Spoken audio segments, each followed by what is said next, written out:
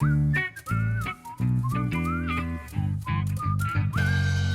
right, so I'm here to talk a little bit about this exciting new project that I've been working on for quite some time. It was originally a class called Intuitive Anatomy. But anyway, this book, Watts on Bridgman, is a book that is designed to walk you through the Bridgman book. Unfortunately, it's so cryptic and difficult to use because of the way he draws and communicates that I found it when I was studying it to be absolutely overwhelming. So as you look through it, you'll notice there's practice pages, there's images with little notes next to it, and basically up here we have QR codes. Read this particular code, and then it would link you over to our YouTube channel. And now you're gonna have a small snippet of me doing this actual drawing that you can watch along with. So one of the iconic drawings in this book, you'll see Bridgman's image here on page 155, and you notice up here it'll say, draw from this photo after drawing from page 155 in the Bridgman book. So you go to the Bridgman book, you look at this one, you read over it, and the more the technical information. You then can look at my drawing, watch a little snippet of it being done. You can compare notes between what I did differently, and I'll explain that to you in the subsequent pages. I'll talk about pinching in on the waist, flaring out on the latissimus, different than this to make this drawing more understandable and a little bit nicer, if possible, than this drawing. Now, what's the difference between these two? One's very chaotic and very difficult to understand. One's clean and looks more tonal. This is the way we teach at Watts Atelier. He works in a very linear manner. So a lot of people have a difficult time understanding which one of these lines in here are the exact lines you're supposed to remember. My drawing will clarify that a lot clearer. That's your first process, is to basically what you see, what you know, and what you wish you saw. It's a three-tiered process. Let's take a look here, and you'll see this drawing now interpreted into a different medium. Now on this one, I'm taking the charcoal drawing I did, referring to Bridgman's drawing while I'm doing it, so I'm learning what I know. So this is what I know. And then I go over to an interpretation into a different medium where I have to do some translation. So I'm starting to take baby steps towards actually interpreting the information I'm learning in a new manner. Then I go and I look at an actual model. And I say, well, this is what a real person looks like when the skin hasn't been removed, because that's what this is a splayed figure. It's a figure that the skin's been removed and you can see underneath. Now, when we put fat pads on and skin over even the most structural individual, we're gonna lose some of that. But now we've studied it, we look at it here, and then we interpret it. So this is what we see, we're seeing the model. This is what we know, we've studied it academically, and now we're going to draw what we wish we saw, okay? Which is an interpretation of that process, one more layer towards, again, inventing very believable figures even better than what reality looks like. This is a highly interpretive drawing. It has lots of interpretation in it, but it looks really cool. And that's ultimately where we want to end with our drawings, is cool looking drawings that are very impactful, very strong, very intelligently executed, but not just copied, interpreted. But in order to interpret, we have to know a lot. In order to know a lot, we have to study properly. So it's a three-tiered process: what you see, what you know, and what you wish you saw.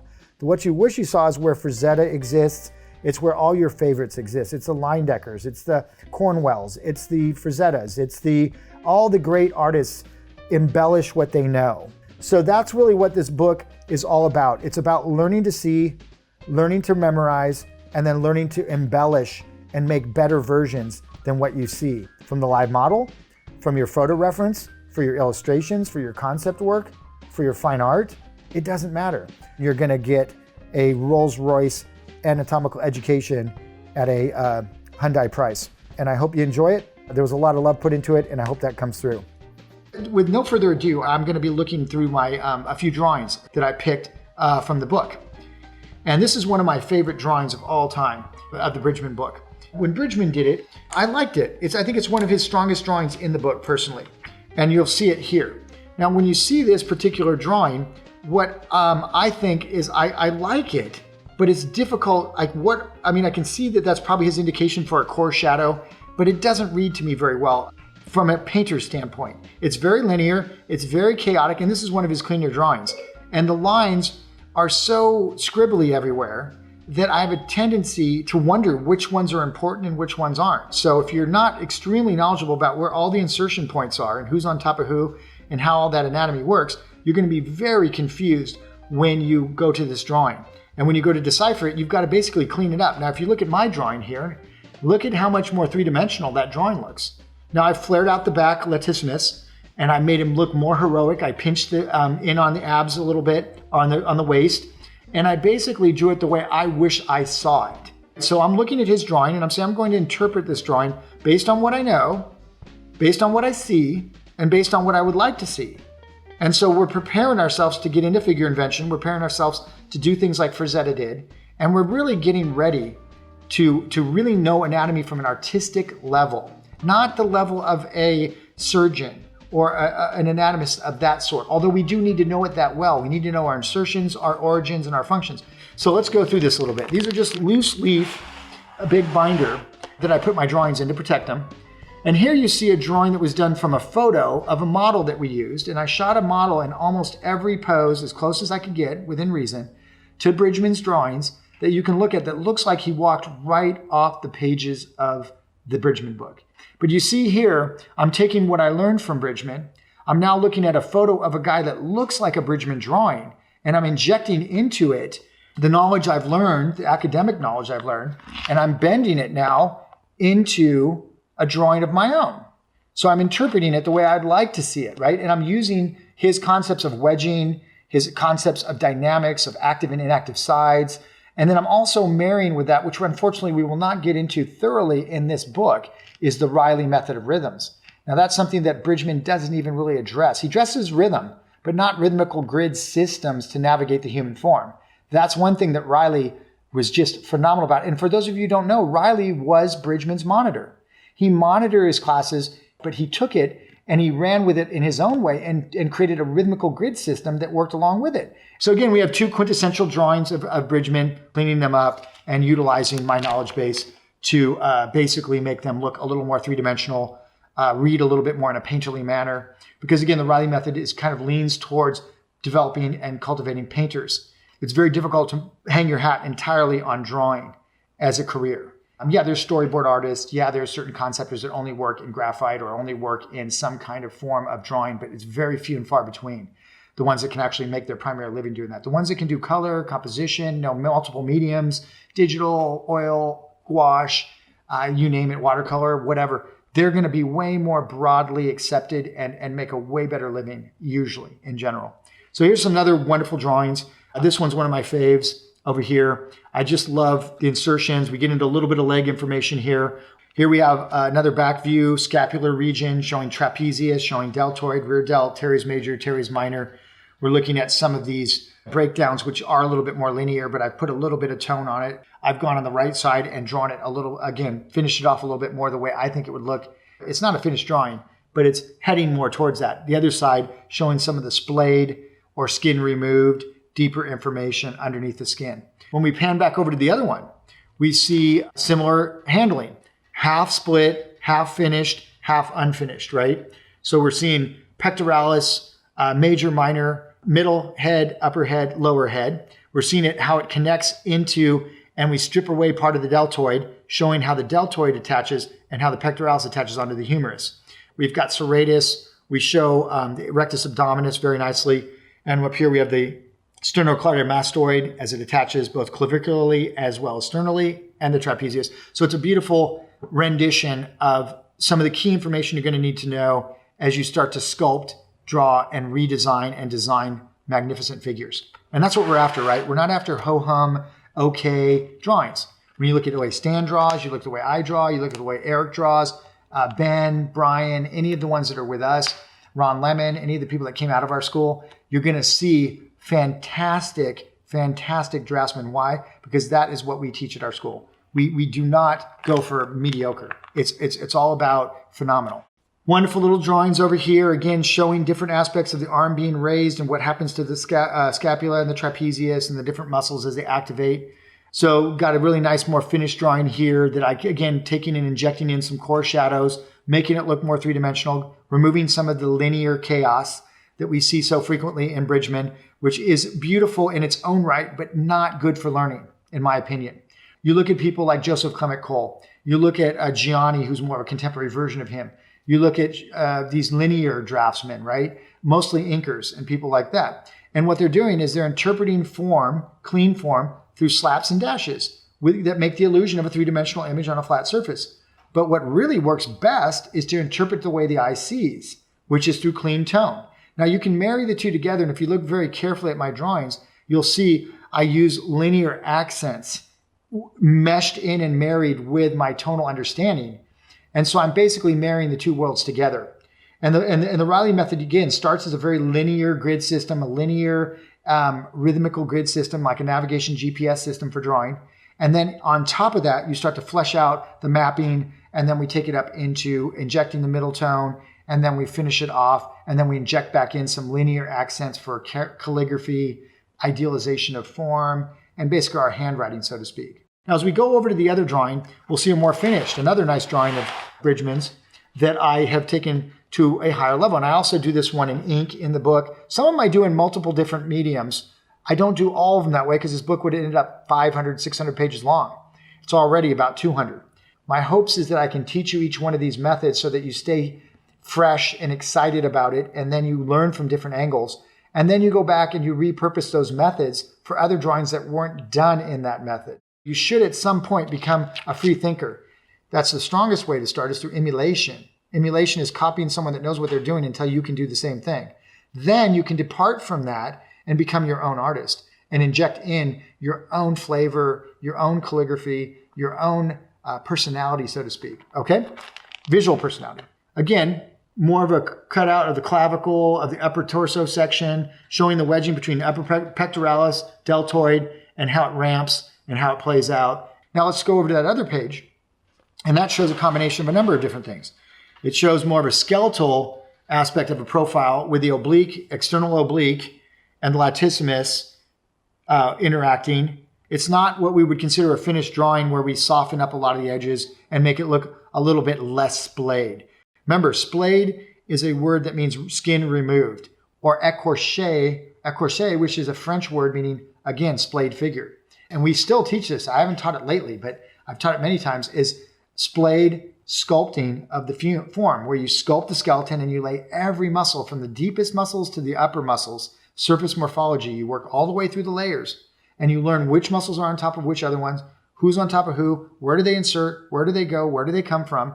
And that is by far the most advanced way I've seen to study anatomy. They still do it in the Russian academies. We still do it. You still see it taught occasionally by different artists. The one that created the anatomical tool that we use, which is the Splayed figure. I think it's anatomicaltools.com. They do a wonderful job as well of teaching Splayed classes. LA Fig does some of that. There's a lot of them that do that. But it is a very specific art form, and it takes someone ridiculously knowledgeable, ridiculously in tune, and it's such a difficult thing to teach. It's the hardest class by far that I've ever taught or taken.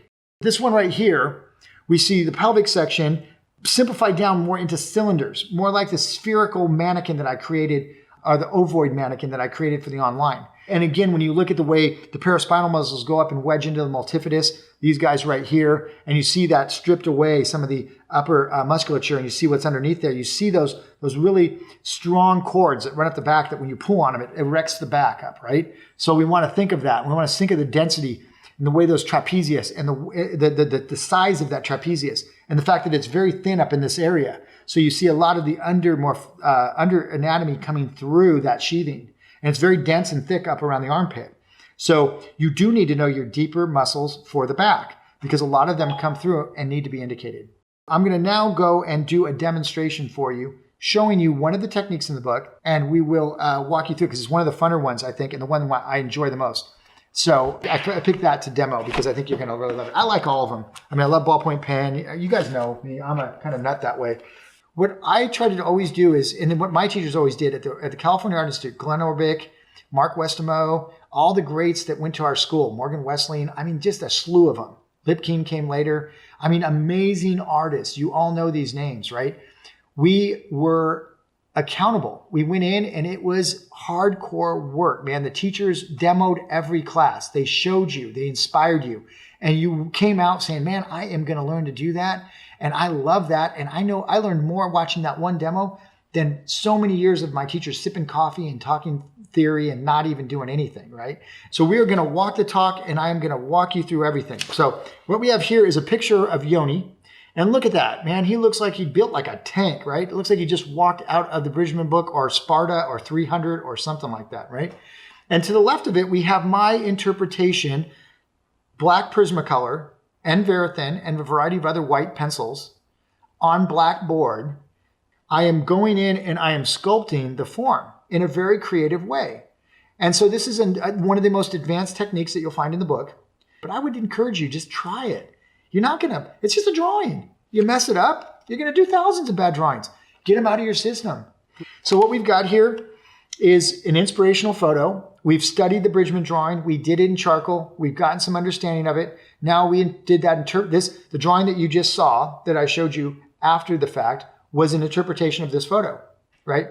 So it's an interpretation using Bridgman's knowledge. Now I'm having to step out my comfort zone a little bit. I'm having to think for myself. Bridgman held my hand, but he doesn't hold it as well as I wish he did, right? So that's what I'm trying to do. I'm trying to be a Cliff Note version where I come in and I say, okay, I'm going to redraw this drawing. I'm going to hold your hand a little bit more and get you to really understand what the value of this is, because it's too good of information, and Bridgman's book is too good to not be justified and to really be able to use it properly. I'm going to attempt to do this one in front of you, or a good portion of it, in a moment. I warmed up with this week. So that's a couple hours just warming up to do the next one. I'm going to do it again, but it won't be exactly the same. And what you're going to recognize is when you do drawings and you're really good, each drawing is going to be exceptional, but it's never going to be the same because there's many different solutions to a problem. Yes, the pectoralis cut has to be in the right place for it to represent the pec. Yes, the deltoid has to be generally located in the proper place, the bicep wedging into it, tricep, etc. But within the confines of that, there's a lot of room for subtle nuance. And that subtle nuance is the language that we want to cultivate. It's your language. You already have it in you. We need to give you enough skills to bring it out. And when you bring it out, that's where the magic happens. So now we go on and we do a Frazetta. And we interpret the information. We look at how Frazetta is doing it. We look at how we want to do it. We interpret into a different medium that was originally an oil. I've also seen another Frazetta, right? Beautiful. Now, when we go through this, here's more drawings from the book. Now that's in the arms section, which I have not done yet. That's in the leg section, which I have not done yet, but it will be coming. So if you like this book, a couple years from now, a year from now, it takes a long time to do a book like this. I'm telling you, it blew me away. I was not prepared for how hard it is to put a good book together. So anyone out there, Richard Schmidt, God bless you, Alla Prima, Loomis, rest in peace, Jiminy Christmas. Look at the books that guy put out. This is one of my favorite drawings I did. I love the wedging in this area of the oblique. Very unique, very creative interpretation of what is actually happening. Now that's where the magic happens, right? That's where the beautiful drawings happen, is in the interpretation, what you want to see. We all want to draw what we want to see, but most of us are stuck drawing what we see, or not even doing that well because we don't know enough. You've got to observe. You've got to work from live models if you can.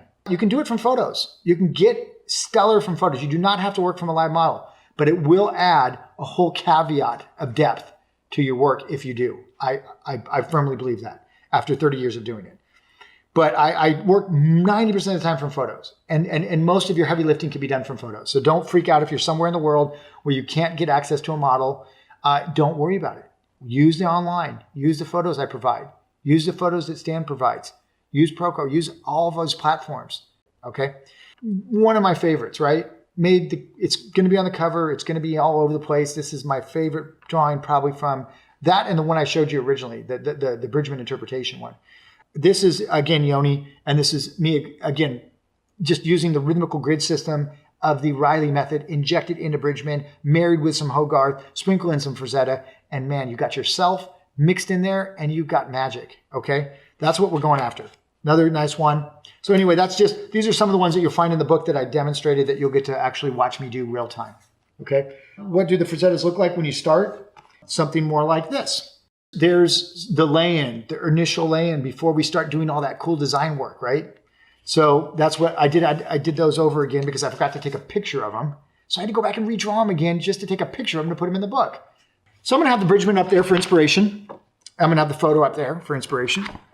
And I'm going to show you some of the pencils I'm going to use. The workhorse pencil is going to be the Verithin. The Verithin is a little harder pencil. Here's a Coal Erase. That's another white Prismacolor. I call it the Verithin. I get any white pencil I can find. If I've never used it, I'm buying it. And I'll try it. If I like it, I buy more. If I don't, I phase it out. I have 62 different kinds of pencils here I can choose from. But the ones that really do the heavy lifting are the original Prismacolor and the Verithin. So watch what I do. The shadow areas are going to be the dark of the board, obviously. That's the pure black. And as I need to get like reflected light into the shadows, I'll just do a lighter touch with the pencil. And if I want to do, obviously, halftones out in the light, relegated to the light, I just need to make sure that I keep them in the right proximity. So we're working in reverse of the way that we normally work. This takes your brain and makes it work harder. It switches it around. We used to do this from live models in school. It's a wonderful technique. Drew Stuzan used to do it for movie poster comps. I used to do it for movie poster comps. It's a wonderful technique. You'll see comic book artists use it. It's a really, really cool way to work. It's a combination of cross-contouring, meaning sculpting with and against the form with small slaps and dashes. You've got to interpret what these things are. Here's the webbing of the pectoralis muscle as it goes up into its insert point. We've got pectoralis striations from the upper pec, the middle pec, and the lower pec.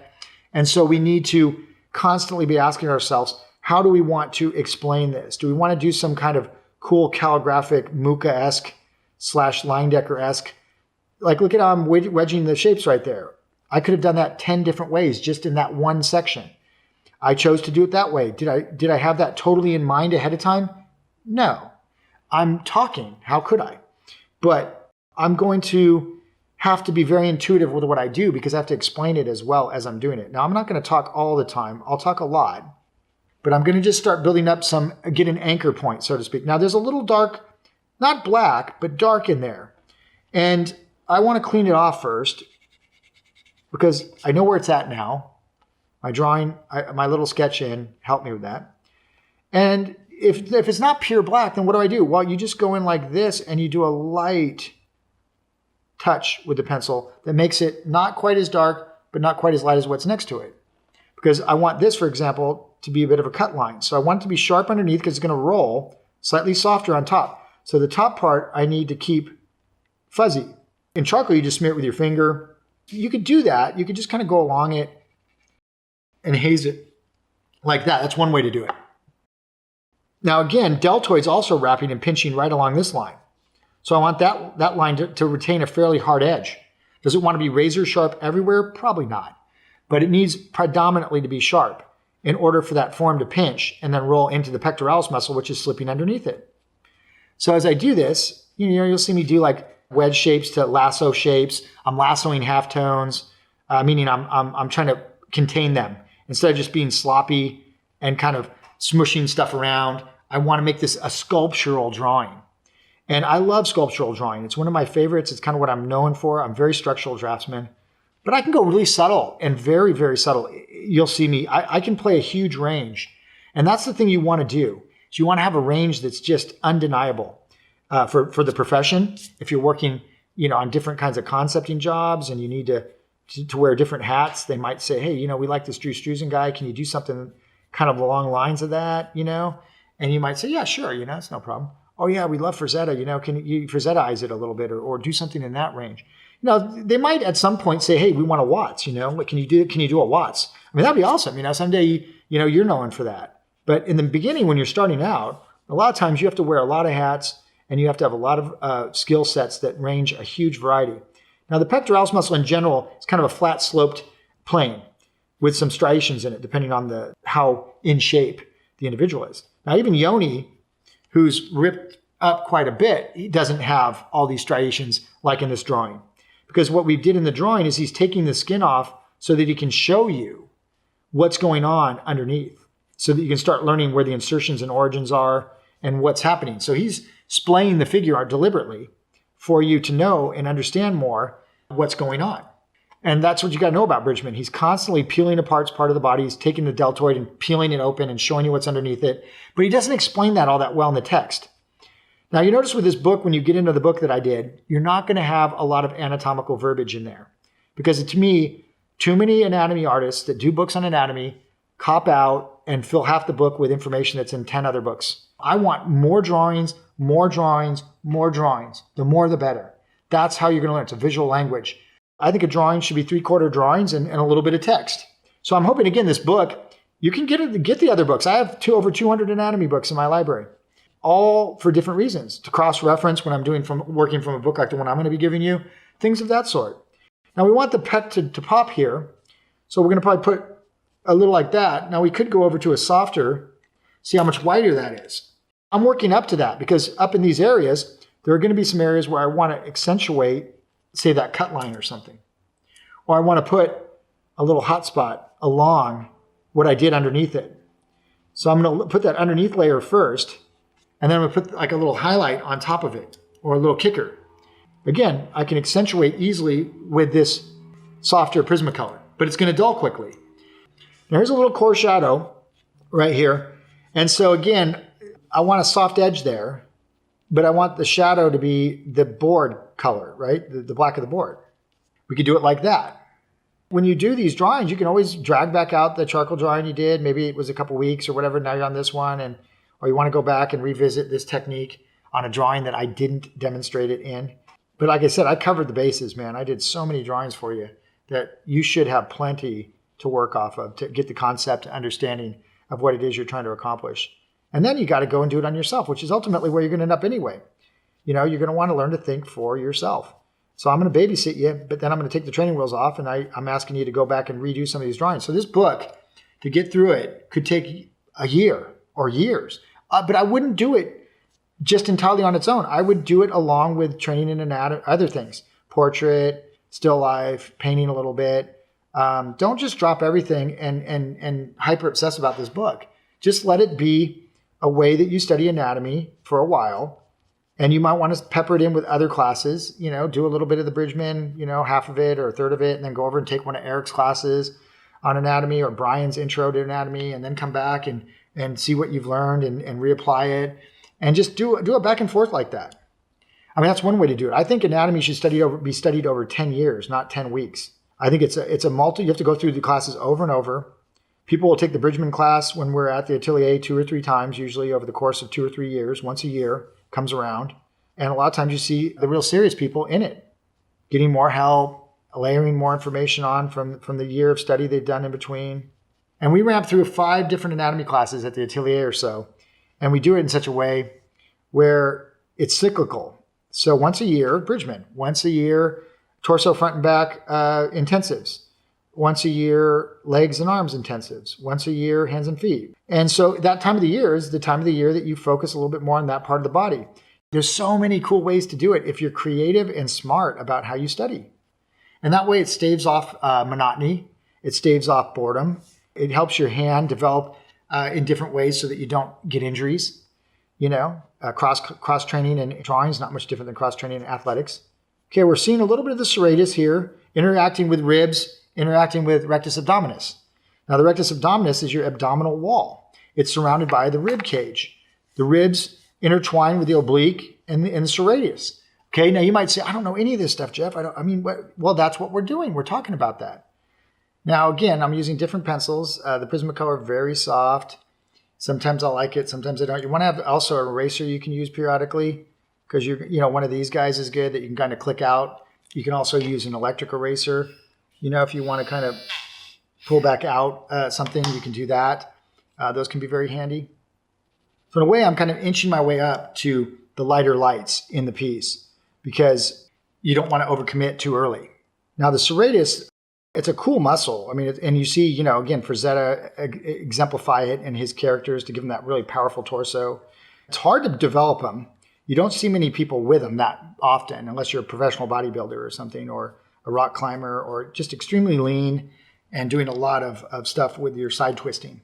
It is a cool look. And since we're visual artists, we like cool looking stuff, right? So of course I dig on somebody who's got really spent a ton of time just trying to, get their muscles ridiculously in shape, kind of like we do with our drawing muscles. So in here is the rib cage turning, and the ribs come down and they spiral. They kind of spiral up, and this is the Roman arch, they call it, which goes around here and here. That's the arch of your rib cage. And then the ribs are kind of coming down at angles, or coming across at angles like this, and the obliques coming down like this, and the serratus are attaching onto the ribs like that. So it's a very complicated little area. Again, we want the serratus to roll, pinch, roll, pinch, roll, pinch. So the bottom edges are going to be hard and the tops are going to be softer. You'll see me do little funny slaps and dashes here and there. It's just my calligraphy. Again, there's 100 ways to do it. And you don't, if you're copying like for me, you don't have to copy it verbatim. I hope you don't, but it'll be a nice springboard from which you can jump off of and spring off of, A lot of little complicated striations in the muscles and who's on top of who and who's coming in there. And this is one of the more complicated drawings in the whole book. So it's a good one to pick because it's one that many people probably have tried to draw, have had a hard time drawing, and I'm going to hopefully demystify it a little bit for you, just a little bit. So there's a center line down the abdominal wall called the linea aspera. And it runs straight down the middle and splits the two sides of the abdominal wall, the quintessential 6-pack area, or in Frazetta's case, an 8-pack or 12-pack. A lot of times he'll give somebody an extra set of abs, and because he knows the structure so well, he can slip it in there, and people don't even know it. They don't even think about it. It's very rare. I have seen one bodybuilder in particular on Instagram, I think, that had literally 10 abs. I mean, it was the most ridiculous thing I've ever seen. But anyway, it looks sensational when you're trying to create Conan the Barbarian. You don't want some guy with a mediocre abdominal wall, right? So he's going to play it up. He's going to draw what he wish he saw, not what he's seen. You have to see a lot, though, to know what it is that you want to actually design it into. So a lot of times when we say that equation, the best designers and the conceptors are all in what you wish you saw. People like Sargent and some of the more literal painters are more painting what they know and what they see. And so it really depends on what camp you put yourself into, what career you assign yourself or you put yourself. And I think the more you can do, the better. You should be able to do it all, right? So you're playing always between these paradigms, depending on what it is that you're trying to do or to convey. And if you have that range, it opens up so much opportunity for you. Professionally, monetarily, all the good stuff that everybody is interested in if they're serious about this stuff. We just want to get a little bit of what we would consider reflected light in there, but we don't want it to compete with what's out here. So it's got to be very subtle.